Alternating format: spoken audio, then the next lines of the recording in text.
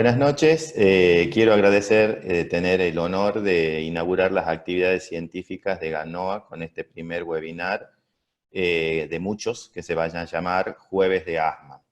Este video inicial que se presentó es un anticipo de lo que se está gestando, que ya se viene gestando y que ya está en marcha.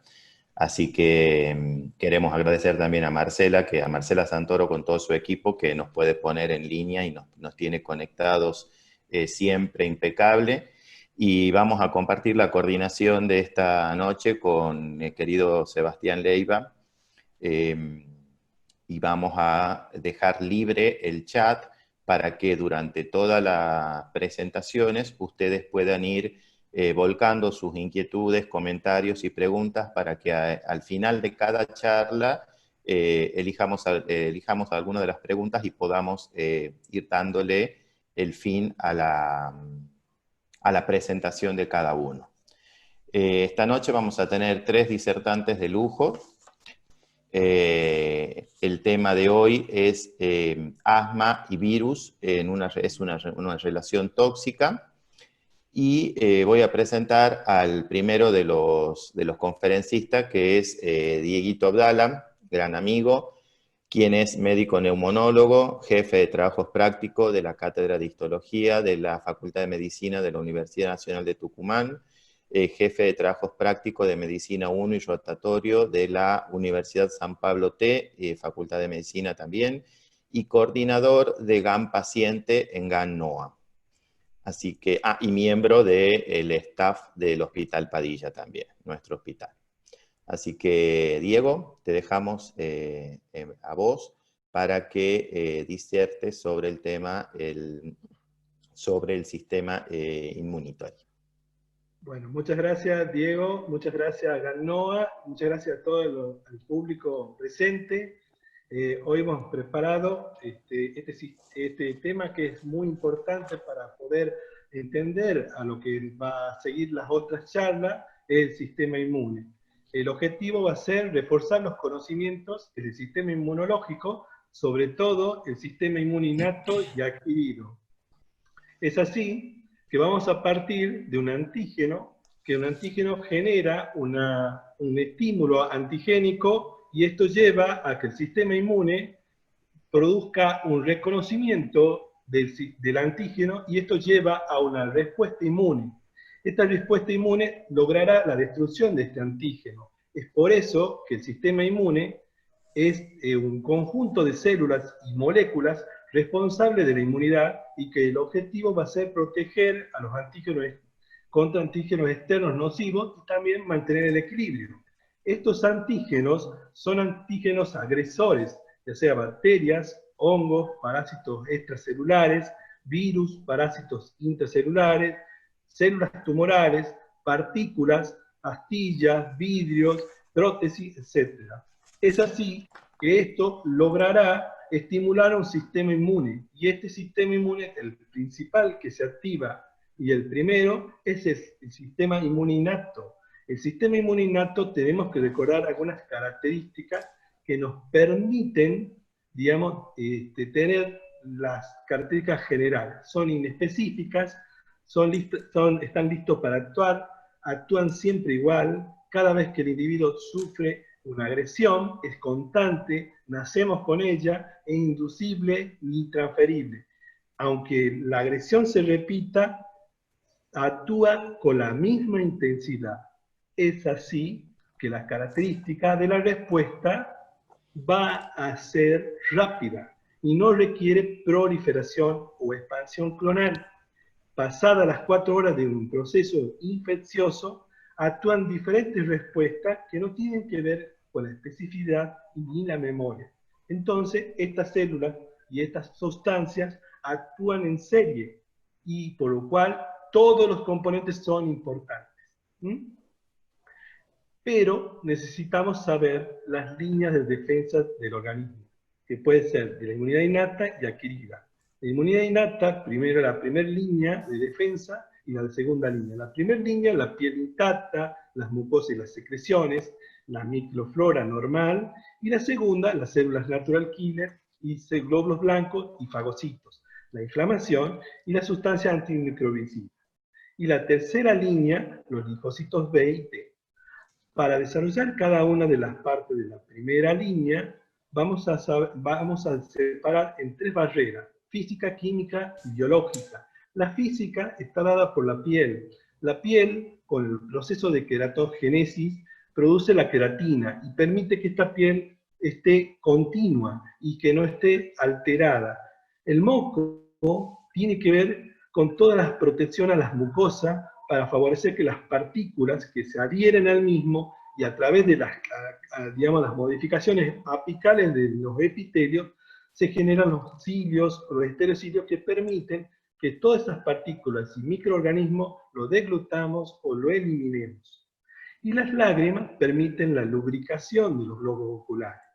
En cuanto a las barreras químicas, el pH ácido tiene mucha implicancia acá como barrera, tanto en la piel, en el estómago, la orina y en la vagina.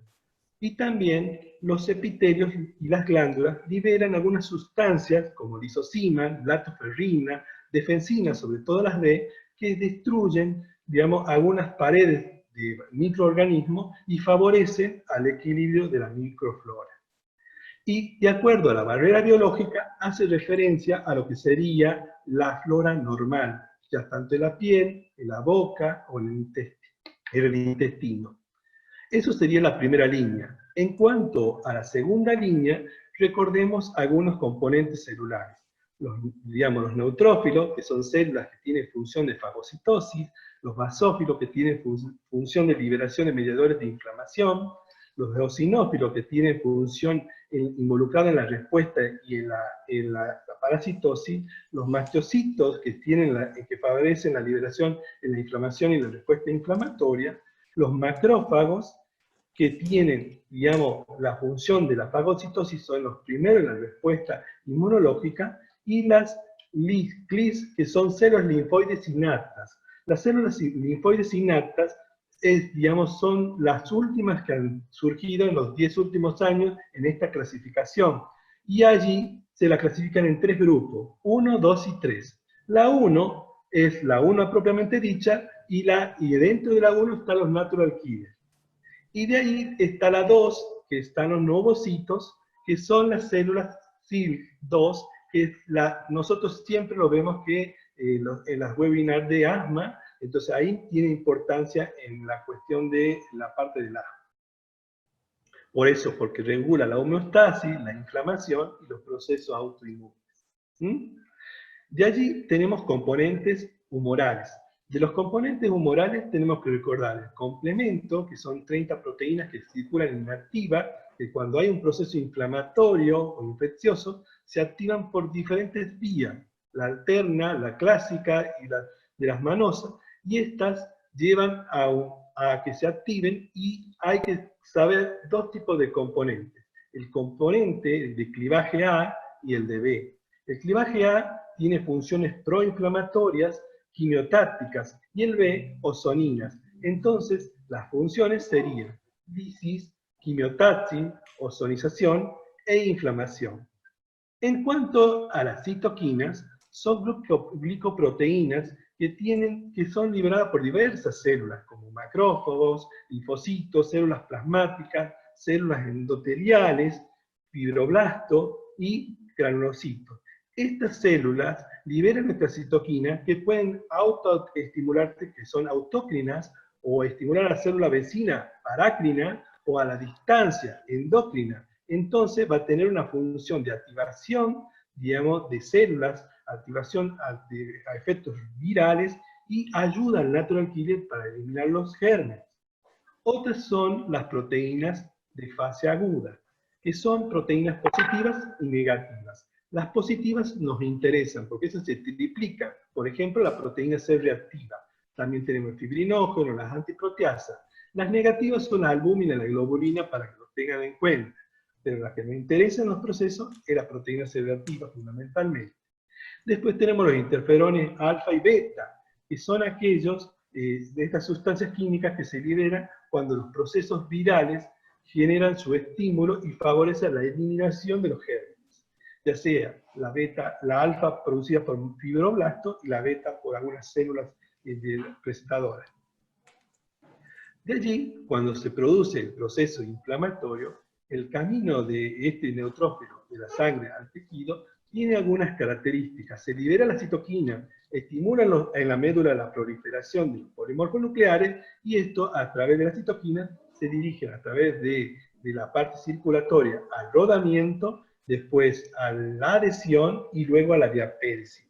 Y esto va a dirigirse a lo que sería el foco infeccioso. Entonces estarían las etapas de la fagocitosis. La quimiotaxis, que es lo que hemos hablado recién, la opsonización, cuando el polimorfo, el polimorfo tiene en su membrana un receptor para FC y un receptor para complemento, más al antígeno favorece la ingestión. Y la ingestión forma el fagosoma. El fagosoma se une al lisosoma del polimorfo nuclear y forma el fagolisosoma y activa lo que sería la muerte intracelular, que son por dos mecanismos: mecanismo dependiente del oxígeno y no dependiente del oxígeno. El dependiente del oxígeno le llamamos estallido respiratorio, que allí se activan a través de superperóxido y peróxido de hidrógeno, y las cloraminas favorecen la inestabilidad de las membranas, sobre todo de las bacterias. Y los mecanismos independientes de oxígeno, el contenido de la lisosima, que favorece la inestabilidad también de las paredes de los microorganismos. Y también recordar el óxido nítrico, que también es antimicrobicida, que son los tres mecanismos más importantes. De allí tenemos la inmunidad innata, específica, que está, digamos, que tiene función importante, la inmunidad humoral y celular. La inmunidad humoral está a cargo del linfocito B, que esta célula se va a transformar a célula plasmática y va a permitir la liberación de anticuerpos, y va a controlar contra microorganismos extracelulares y toxinas. Y la inmunidad celular, a través del linfocito T, va a controlar los microorganismos intracelulares. Es así que tenemos que recordar algo de sus moléculas. Por ejemplo, el linfocito B tiene el receptor de membrana, BCR, el BT, y la molécula de histocompatibilidad tipo 2. Acordarse que la molécula de histocompatibilidad tipo 2 está en todos los tipos de células presentadoras de antígeno. Y esta célula se activa a células plasmáticas y lleva a transformar, a producir un antígeno específico. Y la otra es el linfocito T, que tiene una parte que es constante en todos los linfocitos, que es el receptor TCR y el CD3, y el CD28. Y de allí tenemos el claustro de diferenciación, que es ya sea CD4 o CD8. Pero esto va a depender, digamos, de su activación a través de una célula presentadora de antígeno, porque estas células necesitan una célula presentadora de antígeno. Bien, una vez, digamos, redondeado esta parte, vamos a ver las fases de respuesta inmune. Tenemos reconocimiento antigénico, la fase de activación y proliferación, y la fase efectora. Con respecto a la fase de conocimiento, tenemos que los linfocitos T y B reconocen antígenos por receptores de membrana. Y esto, el linfocito B, receptor CDR, reconoce el antígeno y se empieza su activación. En cambio, hemos dicho que el receptor TCR, una célula presentadora de antígeno, se presenta y se empieza la activación. Allí vamos a ver un ejemplo. Una presentación de un antígeno, viene un antígeno, ingresa, forma el fagosoma, los lisosomas se unen, forman el fagolisosoma, y a través de las enzimas se produce un péptido. Este péptido se dirige a la membrana, digamos, al retículo endoplástico, donde se está formando la molécula de histocompatibilidad, que esta se va a captar al péptido y lo va a presentar en la membrana a una célula, CD4 o CD8. Si la molécula CD4 va a tener que tener una molécula CD2, y si es un CD8, una molécula de histocompatibilidad tipo 1. Bien, vamos a la activación y la proliferación. Gracias a esta unión de antígeno y receptor, los linfocitos se activan y prolifera la parte clonal, la diferenciación de los efectores y los de memoria.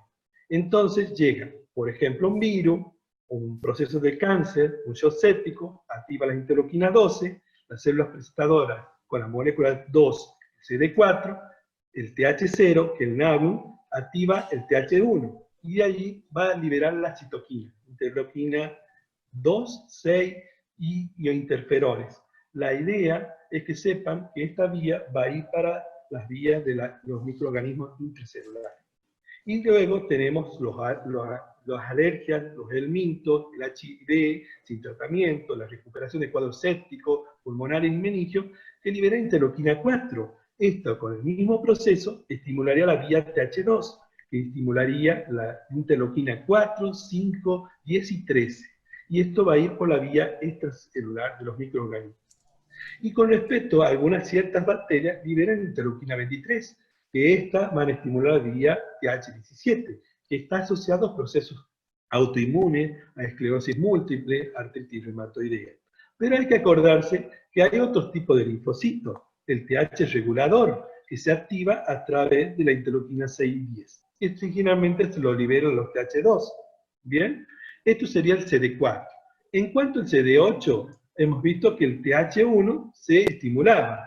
Entonces, la interleuquina se libera y la célula citotóxica, con la presentación del antígeno, va a producir la proliferación, va a presentar en la membrana el FAT-L, y el FAT-L con el FAT de la célula infectada, sobre todo en este caso, un ejemplo, un virus, va a producir la activación de las gramsinias, las perforinas, y va a inducir a esta célula a la apoptosis.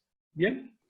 Entonces, ¿qué tenemos en la fase efectora? Producción de citotóxicos, neutralización, ozonización y activación de complementos. En la activación de complementos, acordarte de las inmunoglobulinas, que las inmunoglobulinas, sobre todo la 3, activa el complemento. Y es así que recordemos las partes de estos anticuerpos, que son proteínas producidas por células plasmáticas. Estas células son inducidas a producir un antígeno específico contra el antígeno. Y tenemos dos porciones, una cadena ligera y una cadena pesada, pero lo que tenemos que recordar es la fracción constante, que es la FC, y dos fracciones, que es la FAT, que esta es la que va a ser característica de cada antígeno. Entonces, vamos a recordar los anticuerpos. La inmunoglobulina M es un pentámero, y este pentámero generalmente se activa en la respuesta primaria y tiene una vida media de 8 días. Después tenemos la inmunoglobulina G, que esta es la más abundante, entre un 80 y un 85% en sangre y en líquidos extravasculares. Tenemos 4 subtipos, y de los cuales el ejemplo hemos marcado, la inmunoglobulina G3, que activa el complemento y favorece a la activación de la fagocitosis de este microorganismo. Después tenemos la inmunoglobulina E, que es un monómero, que tenemos que tener claro que esto se va a acoplar a receptores de alta afinidad de basófilos y mastocitos. Esto va a favorecer la hipersensibilidad y también a las reacciones, digamos, antiparasitarias. Y la inmunoglobulina D, que es un monómero también, y que actúa, realmente se lo puede encontrar en las membranas de los linfocitos B maduros. Y la inmunoglobulina A, que puede ser dímero, monómero, que son inmunoglobulinas que generalmente pueden ser séricas o secretores, que tienen función más que todo para favorecer a la ozonización y a la fagocitosis. Bueno, entonces hemos llegado a la conclusión de la inmunidad innata y adquirida. La inmunidad innata es inmediata, las células son las fagocíticas, las proteínas son los complementos, la especificidad es baja y no aumenta con la frecuencia de infecciones repetidas. No tienen memoria, actúan inmediatamente. Y la adquirida es lenta, tiene los linfocitos como células, las proteínas son los anticuerpos y la especificidad es alta. Y la resistencia aumenta frente a infecciones repetidas. Y la memoria es lo fundamental acá, que hay una memoria que queda remanente. Entonces, para repasar todo lo que hemos visto, sabíamos que la célula recitadora, el polimorfo nuclear, es una célula de la inmunidad innata, y el macrófago. Entonces tiene receptores de membrana, el complemento y el receptor FC. El complemento se une al receptor FC, y la fase FC se une al receptor, y esto con el antígeno favorece a la ozonización, fagocitosis y muerte del organismo extracelular. Y acá interviene la inmunidad humoral. En cambio, el macrófago es una célula presentadora de antígeno y necesita la presencia de un linfocito. Este linfocito va a liberar citoquina, y esto va a permitir que la inmunidad celular elimine un organismo intracelular. Es por eso que todos nosotros sabemos algo y todos nosotros ignoramos algo, por eso aprendemos siempre. Muchas gracias. Bueno, muchas gracias, Diego. La verdad que brillante la presentación. Un resumen de algo, de un tema tan complejo como es la inmunidad, ¿no? Vamos a ver. Acá hay una preguntita del doctor Nazareno, Douglas. ¿Qué rol tendría el inflamasoma? El inflamasoma, como células, digamos, plasmáticas. Sí, calculo que sí. No, pregunta eso nada más, pero calculo que sí. Lo que pasa es que son Ajá, sinónimos de células.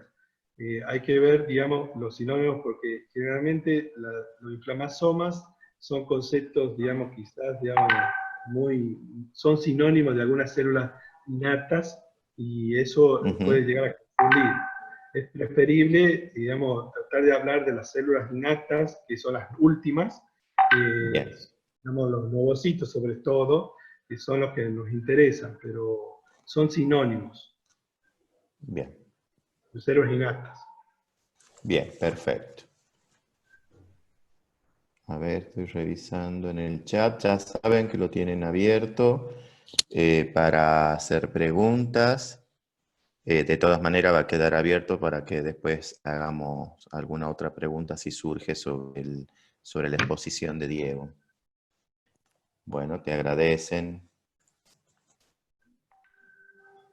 Acá hay otra pregunta de si puede hacer una breve síntesis sobre la función de los subtipos de la IgG. De la IgG, o sea, la De la inmunoglobulina, IgG con los la, subtipos.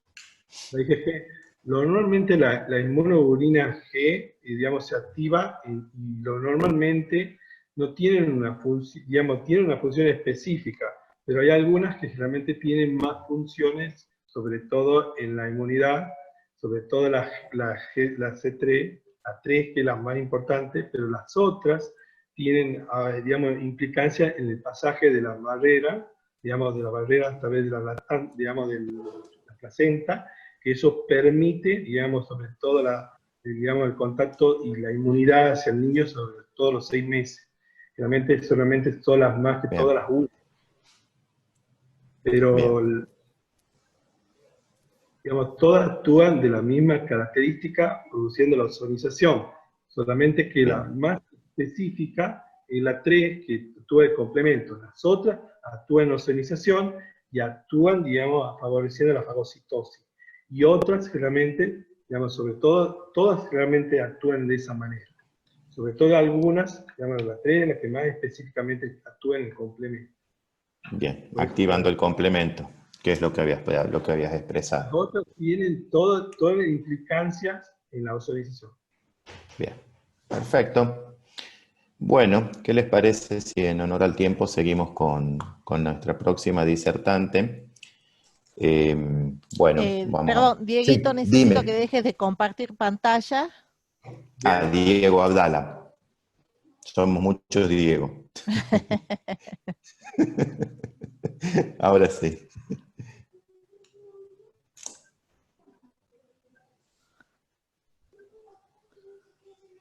Muy bien. Bueno, yo te voy presentando, Anita. Vamos a presentarla a la doctora Anita Stock, toda conocida por todos nosotros, con un gran compromiso y con una gran implicancia a nivel nacional y regional y de nuestro Tucumán. Ella es directora médica de investigaciones en patología respiratoria, coordinadora general de GANOA, y el tema de hoy que va a hablar es asma virus, una relación tóxica.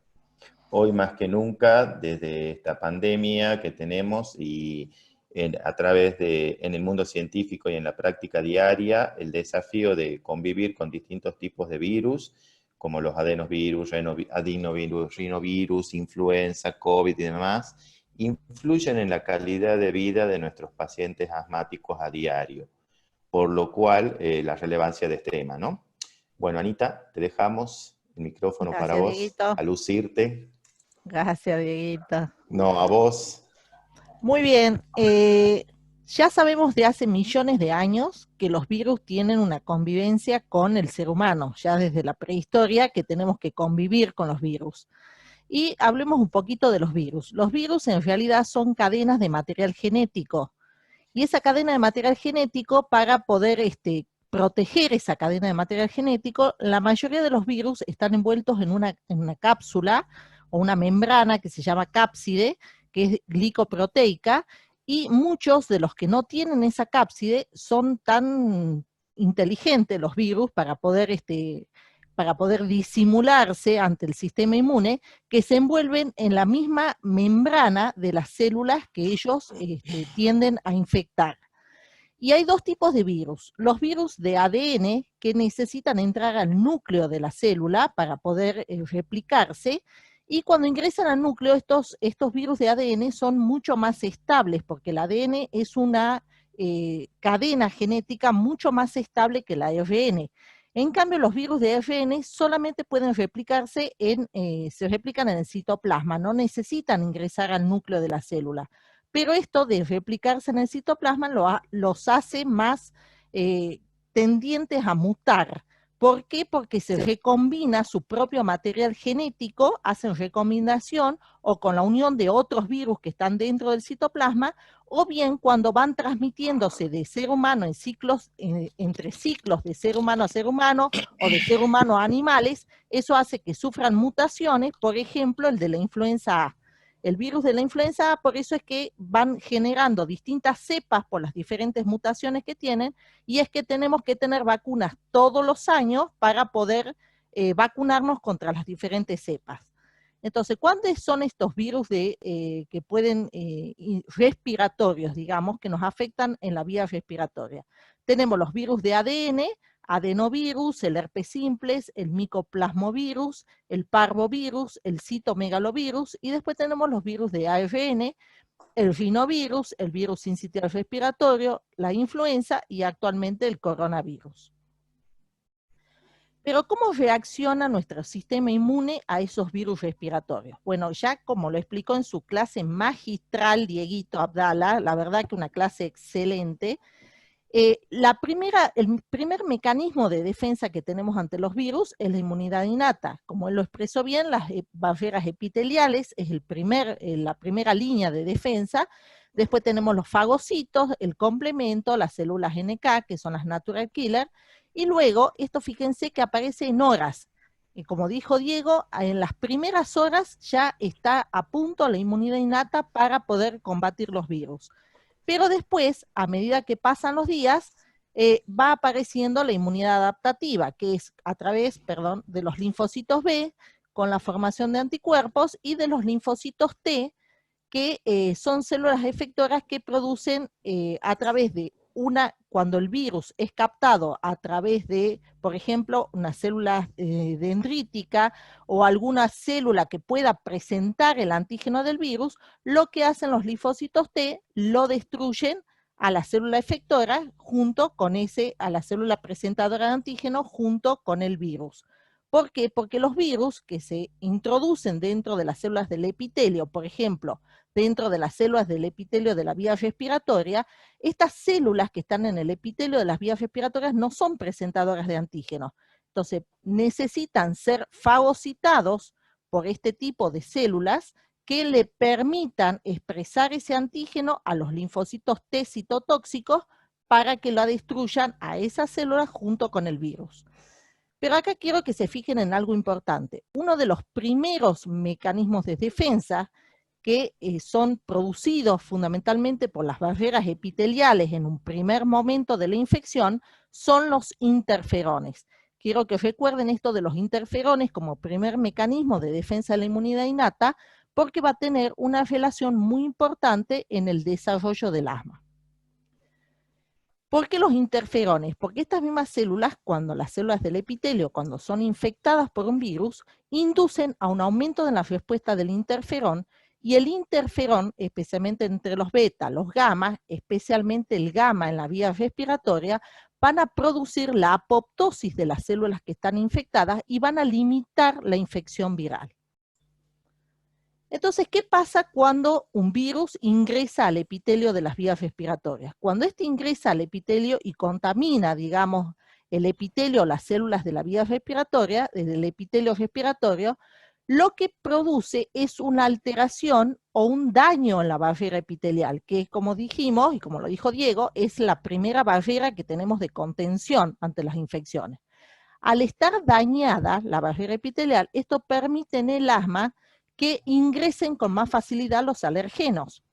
Como ustedes saben, al ingresar tanto los virus como alergenos también, depende del tipo de desencadenantes o citoquinas que se liberen, van a producir mayor cantidad de neutrófilos o mayor cantidad de eosinófilos o mayor cantidad de células de mastocitos. Todo va a depender del tipo de desencadenantes de citoquinas que se produzcan con el ingreso del virus. Y acá volvemos al eosinófilo. Yo siempre me gusta el eosinófilo, cada vez que lo estudio me gusta más. Y ustedes fíjense qué célula tan inteligente e importante es el eosinófilo. Esto es un paciente normal, que tiene una cantidad de eosinófilos adecuada en los tejidos que corresponden. Esto es un paciente, por ejemplo, con asma, o esto es un paciente que tiene una hipereosinofilia, o sea que la cantidad de eosinófilos depende de si estamos sanos, si estamos con alguna patología como el asma, o si estamos con una patología como una hipereosinofilia o un síndrome hipereosinofílico. ¿Por qué es importante esto? Esto es importante porque el eosinófilo se ha visto que ante una infección en pacientes sanos tiene la capacidad de no degranular en forma total, sino que degranula en forma de etapas y no se degranula totalmente. O sea, va a degranular lo que necesite para combatir ese virus. Y no degranula cualquier citoquina, va a degranular la citoquina según de acuerdo al virus que lo está infectando. Por ejemplo, no es lo mismo la degranulación que tiene ante el virus sincitial respiratorio que aunque tiene al virus de la influenza o al de la parainfluenza o al del rinovirus. Ustedes fíjense que el tipo de degranulación que provoca el eosinófilo va a ser diferente según el tipo que se está infectando. No solamente eso, sino que al producir una degranulación controlada en etapas, tiene también una comunicación a través de las citoquinas con los otros eosinófilos y tiene una comunicación a través de las citoquinas con los linfocitos B para la producción de anticuerpos. Y también tiene un aumento en la producción de interleuquina 4, de interleuquina 13, que si ustedes se acordarán, eso tiene mucha influencia en el asma, pero también produce interferones. Entonces, cuando empezamos a pensar ante una infección de virus, ¿la infección por virus es causante de asma? ¿O el paciente ya previamente tiene una susceptibilidad para tener asma y el virus es un desencadenante más?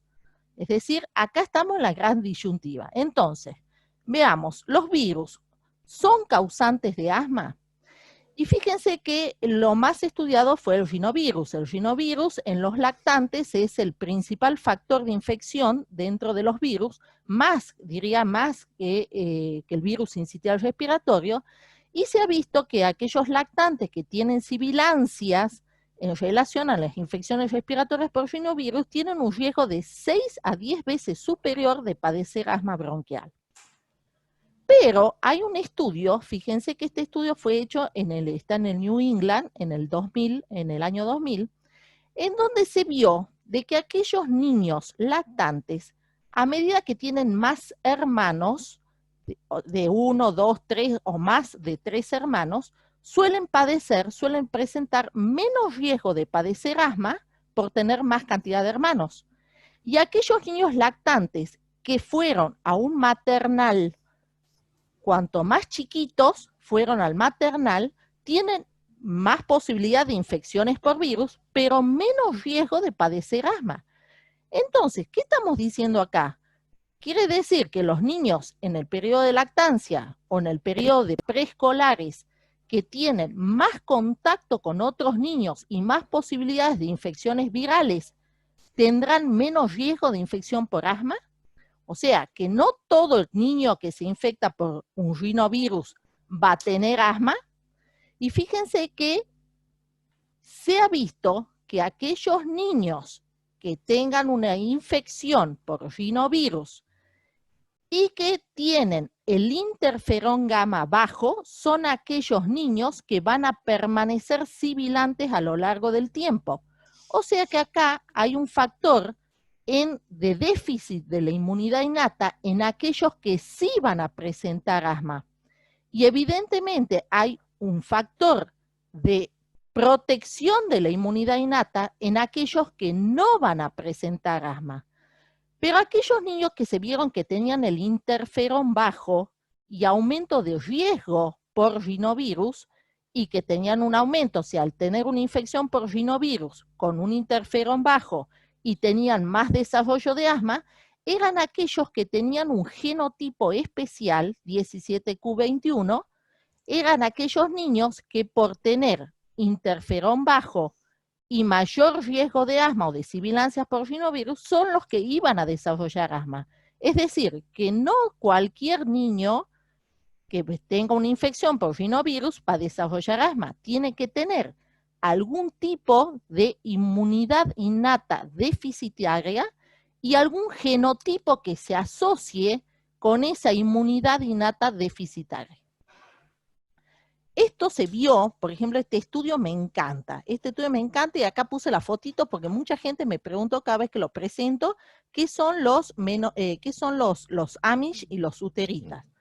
Los Amish y los Uteritas son dos poblaciones que viven en Estados Unidos, que se visten, ustedes ya verán por la foto, ya ahí los reconocen, que viven, son genéticamente muy parecidos. Entonces hicieron en los Estados Unidos un estudio del polvo de las casas de los Amish y de los Uteritas. ¿Por qué? Porque vieron que los Amish tenían menos incidencia de asma que los Uteritas, siendo que las dos poblaciones eran genéticamente similares. ¿Y qué encontraron? Los Amish, que son estos, se manejan sin ninguna tecnología. Viven cerca de los animales, las granjas los tienen con animales, no tienen absolutamente ninguna tecnología. En cambio, los Uteritas ya usan tecnología, las granjas las tienen lejos de las casas, no conviven con los animales, y esto se vio que los Amish que conviven con los animales, y hay otros estudios europeos que también demostraron lo mismo, en el polvo de las casas mostraron que tienen más cantidad de endotoxinas bacterianas.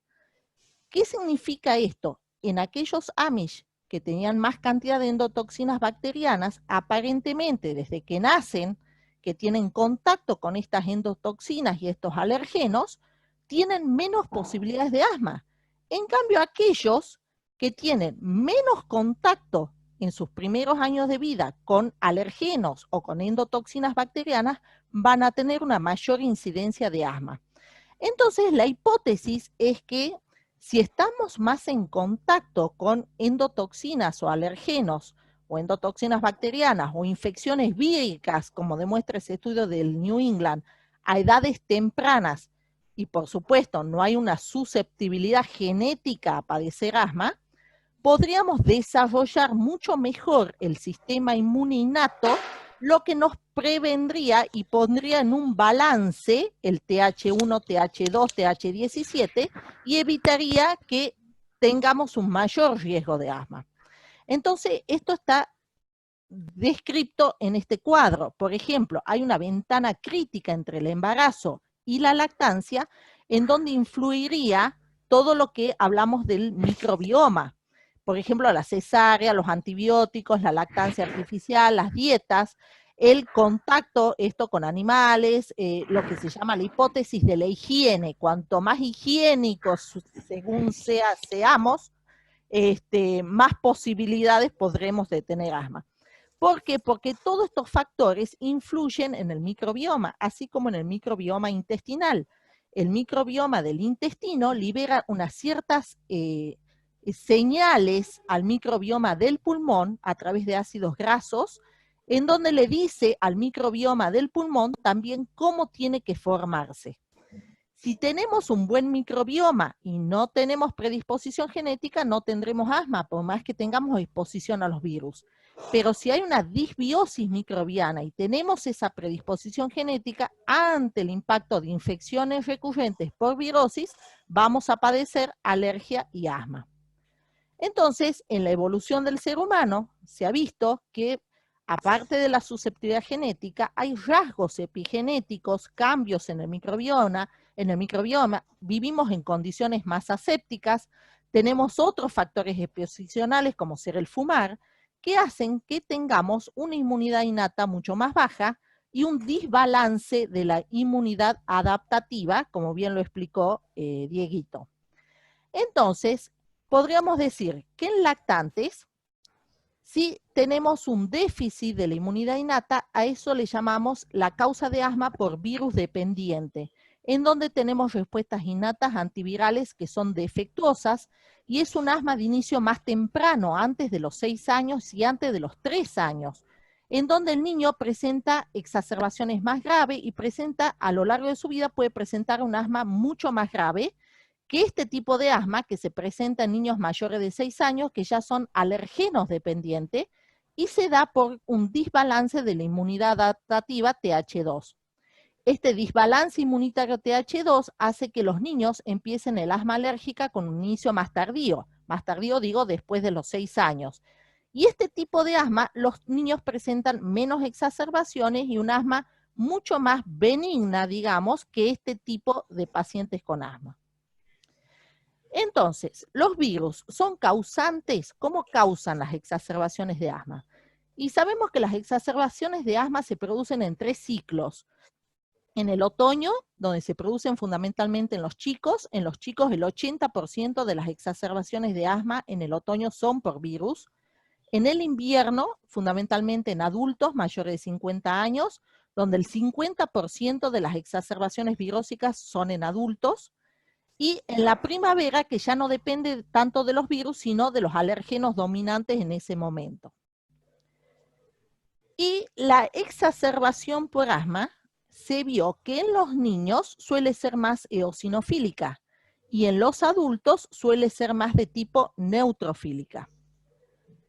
Volvimos a la exacerbación de asma que pasa con el rinovirus. Ustedes fíjense, acuérdense, el rinovirus destruye las células del epitelio, y ante un paciente que tenga los interferones bajos, tiende a producir un aumento de interleuquina 6, de interleuquina 8, que atrae neutrófilos, provoca un aumento en la neutrofilia, y de otra quimioquina que se llama RANTES, que aumenta la cantidad de eosinófilos. Esto va a provocar que aumente la posibilidad del ingreso de alergenos. Cuando se rompe la barrera epitelial debido a los virus, al ingresar los alergenos se desencadena toda la cascada inflamatoria. Y no solamente se desencadena la cascada inflamatoria, sino que el epitelio dañado produce aumento de los factores de crecimiento y de citoquinas que aumentan la proliferación de fibroblastos. Entonces, en un paciente con asma aumentan la remodelación y aumentan la inflamación crónica. Entonces, todo esto ya lo conocen. Según el tipo de asma que pueda tener el paciente, una infección por virus va a desencadenar una hiperrespuesta inflamatoria, generalmente a través de la de ILC2, de las células innatas linfoides, de ILC2, como lo explicó Dieguito, y esto va a provocar aumento de los eosinófilos. A su vez, el ingreso de los virus y el daño de la célula puede aumentar el ingreso de alergenos y estimular la inmunidad a través de TH2 en aquellos pacientes que tengan un desbalance TH2 y van a provocar el asma alérgica. Y en aquellos pacientes que no sean tipo 2, también los virus van a provocar un aumento en la llamada de los neutrófilos y generan una exacerbación por asma neutrofílica. Entonces, podemos decir que los virus pueden iniciar el asma en aquellos pacientes susceptibles genéticamente y o que tengan un déficit de la inmunidad innata, pueden prevenir el asma en aquellos pacientes que no tengan un déficit genético o un genoma especial para padecer asma, sino que en los primeros años de vida, es más, pueden estimular el desarrollo de la inmunidad innata y pueden estimular la formación de un microbioma normal, y también pueden aumentar la posibilidad de exacerbaciones en niños y en adultos con una hiperrespuesta inflamatoria según el paciente con asma, sea tipo 2 o tipo no 2. Muchas gracias. Muy bien, muchas gracias, Anita. Vamos a ver si hay alguna pregunta.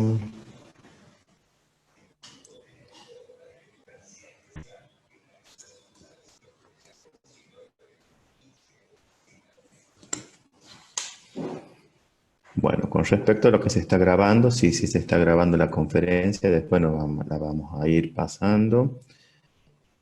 Aquí Ramón pregunta si la infección por el virus sincitial respiratorio en el primer año de vida es en el árbol bronquial y pulmón en desarrollo, generaría una hiperreactividad bronquial, luego remodelamiento de la vía aérea, y si esto predispondría a un asma futura. Bueno, hay dos hipótesis. Una hipótesis en el desarrollo del asma por virus que se llama hipótesis consecuente. La hipótesis consecuente dice que aquellos niños que no tengan desarrollado el sistema inmune innato, ¿sí?, y que tengan infecciones por virus en el periodo de lactancia, van a desencadenar asma los virus, ya sea virus sincitial respiratorio o rinovirus. El que más se demostró que puede ser desencadenante de asma es el rinovirus. Y después está la hipótesis que se llama la hipótesis causal común. La hipótesis causal común dice que no, que lo que en realidad pasa es que el niño tiene un déficit o una susceptibilidad genética, como les mostré, y esa susceptibilidad genética es lo que provoca el déficit inmunitario, y que el niño en realidad no es por el virus que se provoca asma, sino que por la susceptibilidad genética y el déficit inmunitario. Lo que sí está visto que en pacientes con asma o que tengan una predisposición o susceptibilidad a tener asma, las repetidas infecciones virales, ya sea en niños o en adultos, van a generar un remodelado de la vía aérea. Por eso es tan importante en los pacientes con asma la prevención de las virosis. Bien, bien, muy bien. Bueno, le damos paso a Sebastián Leiva. Sí, no hay otra pregunta pendiente. Si llega a surgir, después la hacemos al final. Le abrimos el micrófono a Sebastián. Sebastián es nuestro médico neumonólogo también y vocal de la MR del NOA. Así que, Seba, te dejamos el micrófono y nos callamos. Buenísimo, amigos queridos. Festejo desde la vocalía de la Asociación Argentina de Medicina Respiratoria esta actividad, que ya empieza a hacer mucho ruido de ANOVA en el norte, y ya está haciendo, es una antesala del impacto que va a tener este proyecto tremendo, que encabezan mis amigos los tucumanos. Y bueno, y hablando de amigos, tengo que presentar a otro amigo, y lo más importante de todo esto es que es de la provincia de La Rioja. Así que bueno, le voy a presentar al doctor Gustavo Douglas Nazareno. Él es especialista en neumonología, en clínica médica, es jefe de la sección de neumonología del Hospital Vera Barros, es nuestro hospital de referencia regional acá en la provincia, y bueno, es coordinador provincial de la provincia de La Rioja y del Consejo de Administración de GANOVA. Así que bueno, Gus nos va a deleitar con su disertación seguramente, que se llama Asma y COVID-19. Así que bueno, sin más, lo dejamos al doctor Gustavo Douglas Nazareno que empiece su... Buenas noches, agradezco la invitación a participar con esta charla sobre un tema tan vigente que justamente por su vigencia tiene aspectos que no están totalmente definidos o que pueden cambiar con el tiempo en base a la evidencia que vaya surgiendo. Desde el principio de la pandemia estamos preocupados por definir a los grupos vulnerables, o sea, a aquellas personas que tienen más riesgo de enfermarse o de que la enfermedad evolucione a una forma grave que eventualmente pueda ser mortal. Y las diferentes publicaciones que han ido apareciendo han definido que algunas condiciones claramente son factores de riesgo en la COVID-19. Pero todavía el asma no puede ser incluido dentro de estas condiciones. En este sentido, las primeras series de pacientes internados por COVID, o sea, de personas que tuvieron patología severa y que lógicamente vienen de China, muestran una prevalencia de asmáticos inferior al 1%. Esto más o menos se reprodujo en la Europa continental, en países como Italia, España o Suiza, donde hubo una prevalencia un poco mayor, pero inferior a la prevalencia de asma en la población general. Pero los británicos publicaron datos un poco en contraposición con esta realidad que se venía viendo. Y así, en una cohorte bastante grande de casi 17.000 pacientes internados por COVID, encontraron una prevalencia de asma de 14%. Llama la atención en esta cohorte que a pesar de la edad media avanzada de los pacientes, casi la mitad no tenía ninguna comorbilidad. Otro estudio británico importante es este, porque utilizó una plataforma que se llama OpenCefali, que analizó datos de historias clínicas electrónicas de atención primaria de 17 millones de británicos. Y lo más relevante fue que encontró que los asmáticos que habían recibido corticoides orales recientemente tuvieron mayor riesgo de mortalidad por COVID. La gran fortaleza de este estudio es, por supuesto, la magnitud de la base de datos, pero además que se usaron historias clínicas de atención primaria, que suelen ser más completas que las que se hacen cuando los pacientes se internan. Sin embargo, una debilidad grande es que los fallecimientos de pacientes por COVID incluyeron casos que tenían diagnóstico de sospecha, o sea, que no estaban confirmados por laboratorio.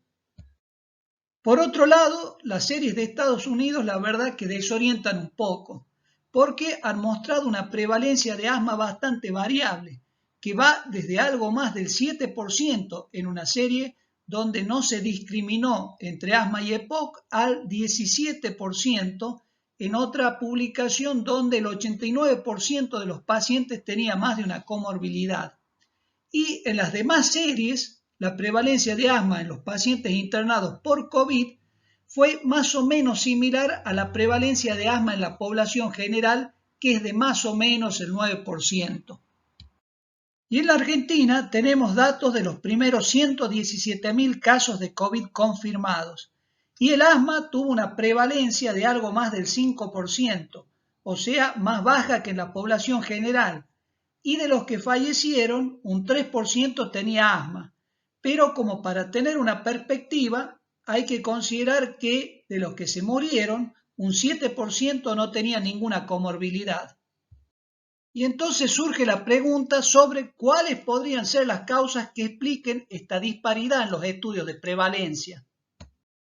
Y las principales limitaciones que personalmente les veo son, por ejemplo, que la mayoría estuvo enfocado en la prevalencia de asma en los enfermos que se internaron por COVID.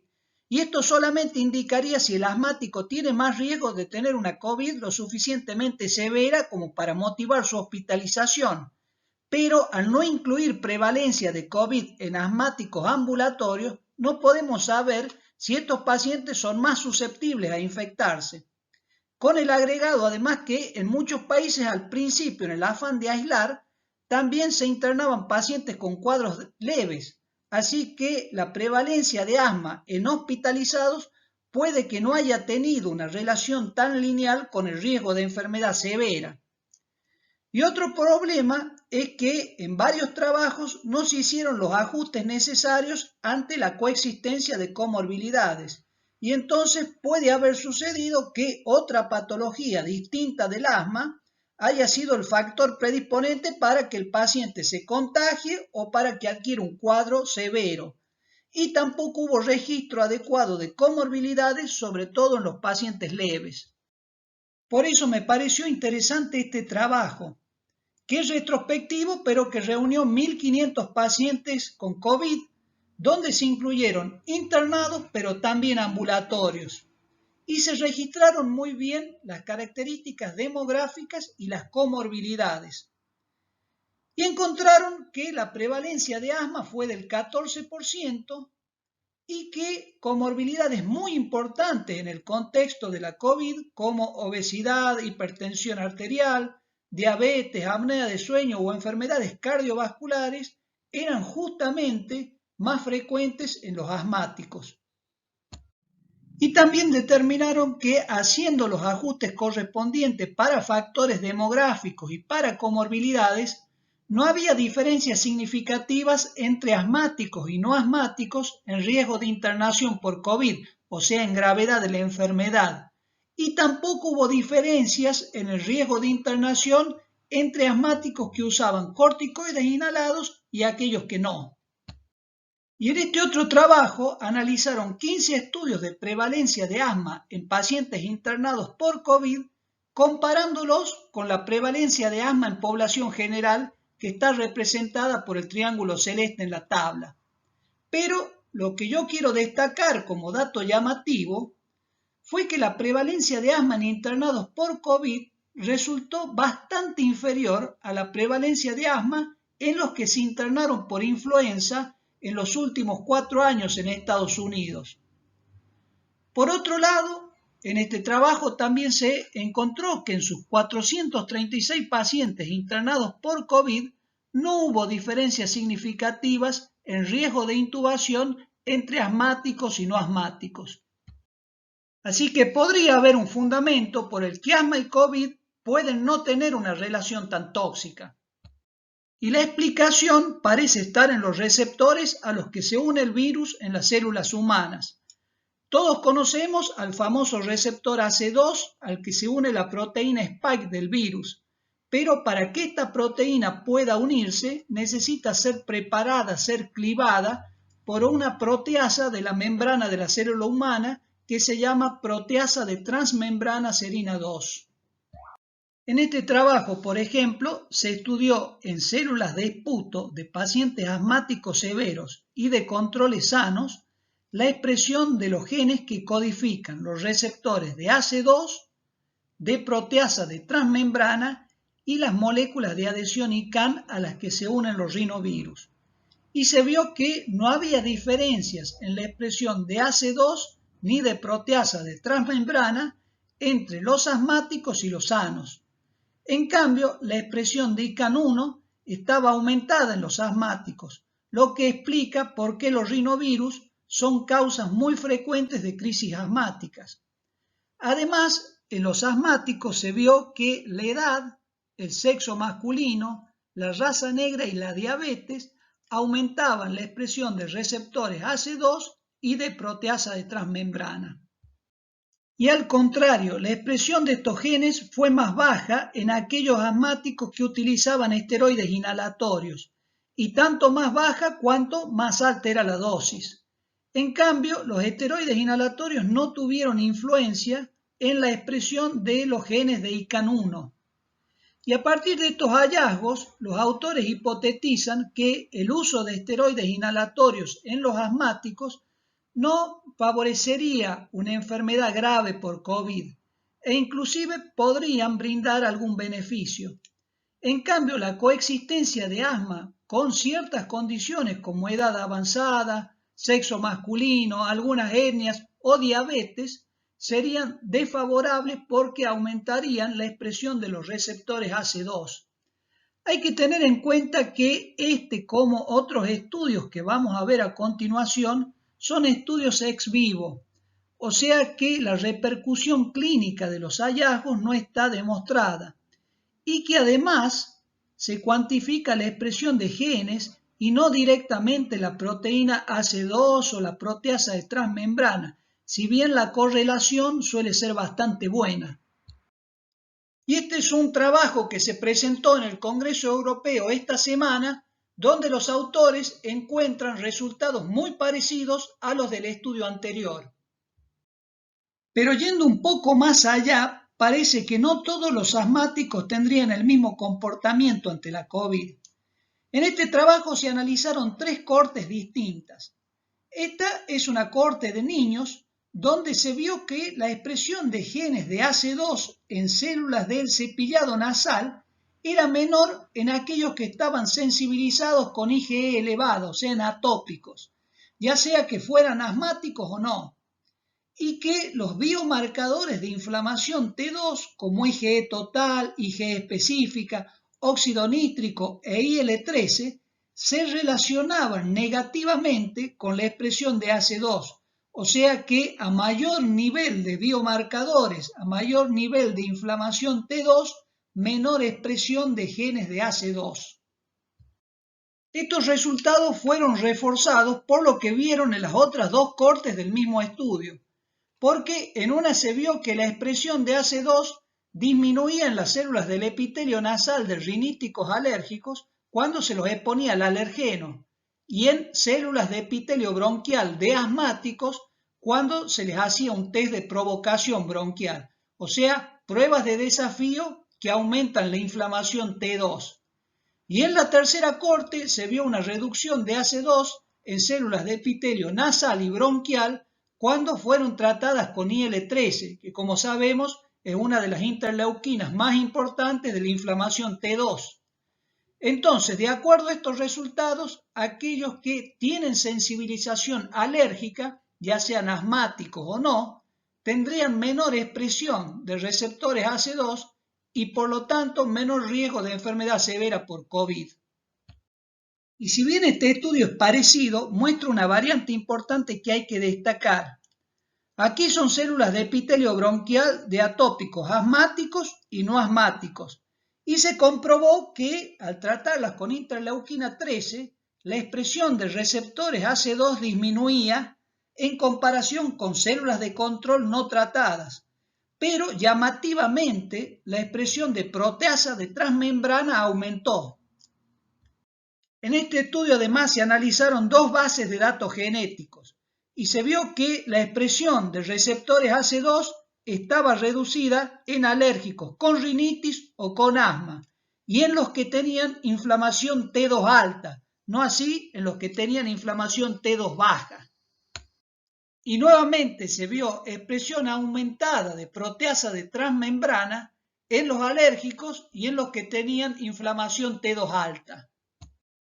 Para complicar un poco más las cosas, hay gente a la que se le ocurre estudiar la expresión de los genes de AC2 y de proteasa de transmembrana en células epiteliales bronquiales de asmáticos, pero infectadas por rinovirus. Y se vio que la expresión de AC2 aumentaba y la de proteasa de transmembrana no cambiaba. Se cree que como la infección por rinovirus aumenta los interferones aumentarían los receptores AC2. Esto implicaría que si un asmático se infecta con rinovirus, cosa que es bastante frecuente, un cuadro posterior de COVID podría ser un poco más grave.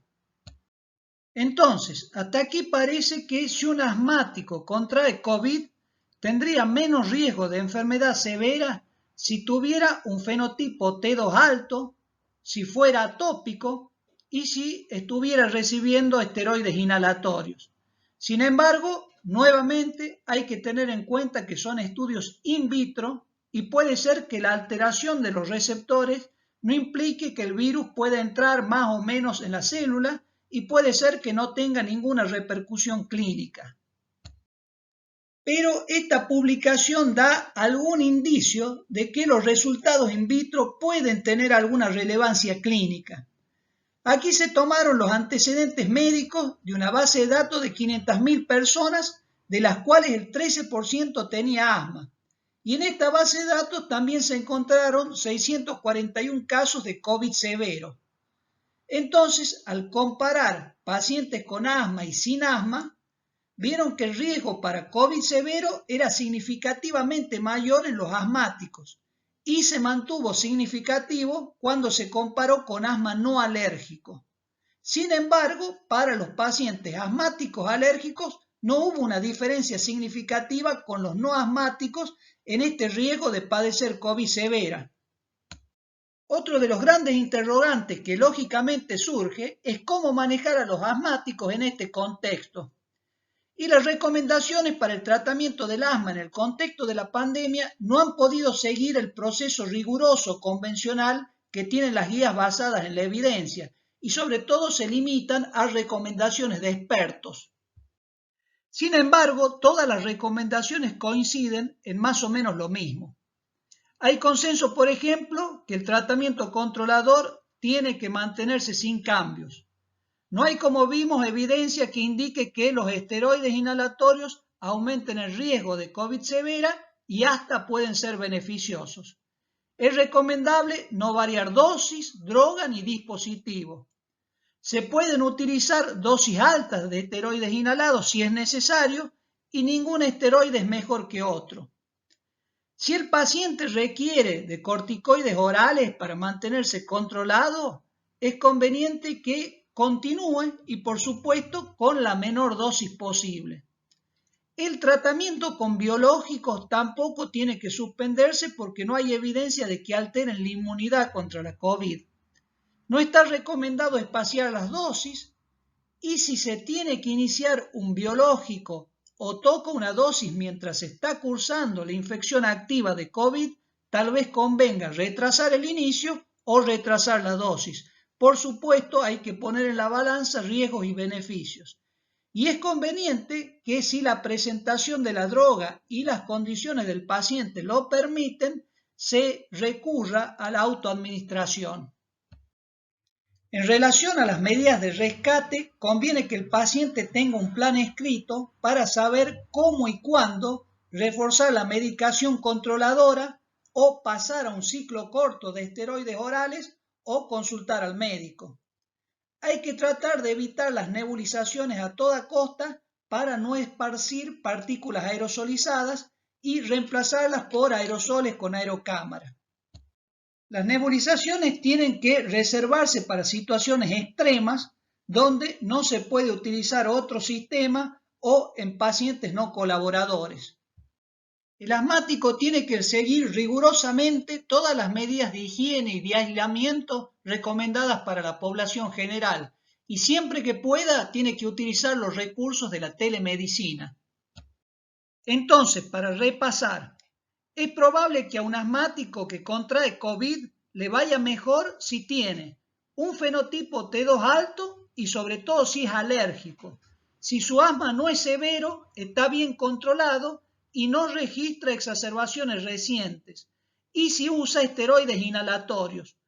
Por suerte, en esta categoría pueden entrar el 70 u 80% de los pacientes. En cambio, si es un fenotipo T2 bajo, obeso, diabético o hipertenso, si su asma no está bien controlado y tiene exacerbaciones frecuentes, o si tiene que utilizar corticoides orales para tratarlas o para mantenerse controlado, este es el que se hace acreedor al certificado médico para no ir a trabajar. Lamentablemente, parece que este problema que está poniendo en jaque al mundo entero está lejos de terminar. Y si bien a mí me gustaría decirles que esto es todo, no me queda otra que reconocer que la historia va a continuar. Muchas gracias. Bueno, excelente, excelente, tremendo. Digamos, un cierre magistral para las tres presentaciones que la verdad que fueron geniales. Vamos a abrir ahí a las preguntas. Había una pregunta acá de Ramón para Gus. Dice, ¿se encontró alguna relación de los receptores AC2 con asmáticos T2 eosinofílicos o con el número de eosinófilos? Gus, ¿estás ahí? Bueno, sí. Justamente, bueno, se nota que Ramón es el súper especialista y que tiene el ojo ideal para analizar los trabajos científicos. En el trabajo científico que yo mostré, que es el único que analiza la relación de la inflamación, de los marcadores de inflamación T2 con los receptores AC2, justamente lo único que no tuvo esa relación negativa fueron los eosinófilos. ¿Qué significa esto? Que los, digamos, asmáticos T2 con inflamación T2 alta, puede ser que los alérgicos sean los que tienen menos receptores AC2, pero los T2 altos no alérgicos podrían no tener esa reducción y podrían no tener esa disminución en el riesgo de COVID severa. Así que los eosinófilos fueron justamente los únicos biomarcadores de inflamación T2 que no tuvieron una correlación negativa con la expresión de los genes que codifican los AC2. Excelente, excelente. Pregunta Marcelo acá, ¿convendría cambiar dispositivo polvo seco en cápsulas para evitar la manipulación y contaminación de la cápsula con el medicamento? En realidad no se recomienda que se cambie nada. O sea, lo ideal es que el paciente siga con lo mismo que hace siempre, porque explicarle, digamos, la utilización de un nuevo dispositivo puede implicar que lo haga mal y puede implicar que su asma se descontrole y que necesite después, ¿no es cierto?, utilizar corticoides vía oral, que como dijimos, y como muestra el trabajo este inglés, que es un trabajo grande de Open Safely, esos pacientes justamente son los que tienen más riesgo de mortalidad. Entonces, sería muy importante que los pacientes sigan exactamente igual, digamos, con el mismo esquema terapéutico que utilizaban previo a la pandemia. Lo que se prioriza es justamente que su asma no se descontrole. Eso es lo fundamental. Pasa lo mismo con aquellos que vienen utilizando corticoides orales, pasa lo mismo con aquellos que vienen utilizando biológicos, o sea, se, digamos, prioriza que esa medicación de control se mantenga para que el paciente no se descontrole. Quiero agregarle algo de lo que dijo Gustavo. Aquellos pacientes que vienen con aerosol terapia, indicarles el uso de aerocámaras, que no las compartan con nadie y que si tienen que asistir a una guardia con salbutamol o con su aerocámara, tienen que ir con su propia aerocámara, para que no usen otra aerocámara en las guardias y no se nebulicen los pacientes. Eso es muy importante. Pero ya no queremos que utilicen SABA, Anita. No, pero pueden usar corticoide inhalado lava con con aerosol, está bien, sí. Lo ideal es que usen sistemas de polvo seco, sí, eso es lo ideal. Excelente. Pero si están usando aerosol, que usen su propia aerocámara. Bueno, creo que hemos hecho un repaso increíble de la fisiopatología y la asociación entre el virus, el asma. Y bueno, Gus nos ha destrabado primero esta locura de tratar de identificar fenotipos con mal pronóstico, con buen pronóstico, destrabado este tema de decir a quién va a ser tributario de un certificado de licencia por asma, eso también es muy importante. Así que bueno, yo de mi parte nada más que felicitarlos, la verdad estoy muy contento porque estoy viendo acá el puntito rojo que esta clase se está grabando. Así que creo que va a ser una clase de consulta para todos los neumólogos de las regiones. Les quiero comentar que esta webinar y todas las próximas van a quedar dentro en la página web de GANOA, que es www.ganoa.com.ar. Allí van a estar todas las webinars, cursos, jornadas que se hagan a partir con la organización dentro de GANOA. Buenísimo, así tenemos acceso todos. Bueno, también de parte nuestra agradecer a todos, realmente brillantes las exposiciones y bueno, darles las gracias a todos los que están presentes, que somos muchos. Muchas gracias a todos. No sé si hay alguna pregunta más.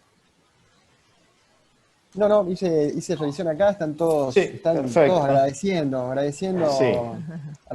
saludando, mandando besos, así que bueno, Muchas gracias. Y bueno, esta va a ser la primera de muchas, seguro. Anita, ¿o Muchas no? gracias.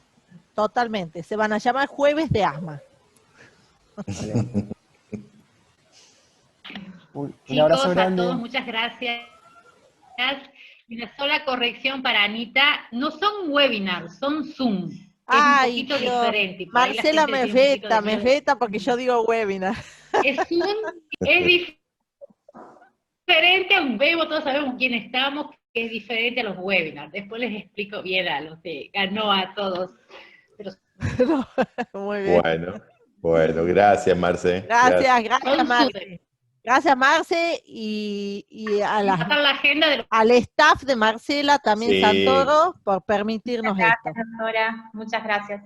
Muy buena, gracias. Gracias, chicas. Bueno, que tengan buenas noches. Buenas noches y buen Saludos fin de a semana. todos.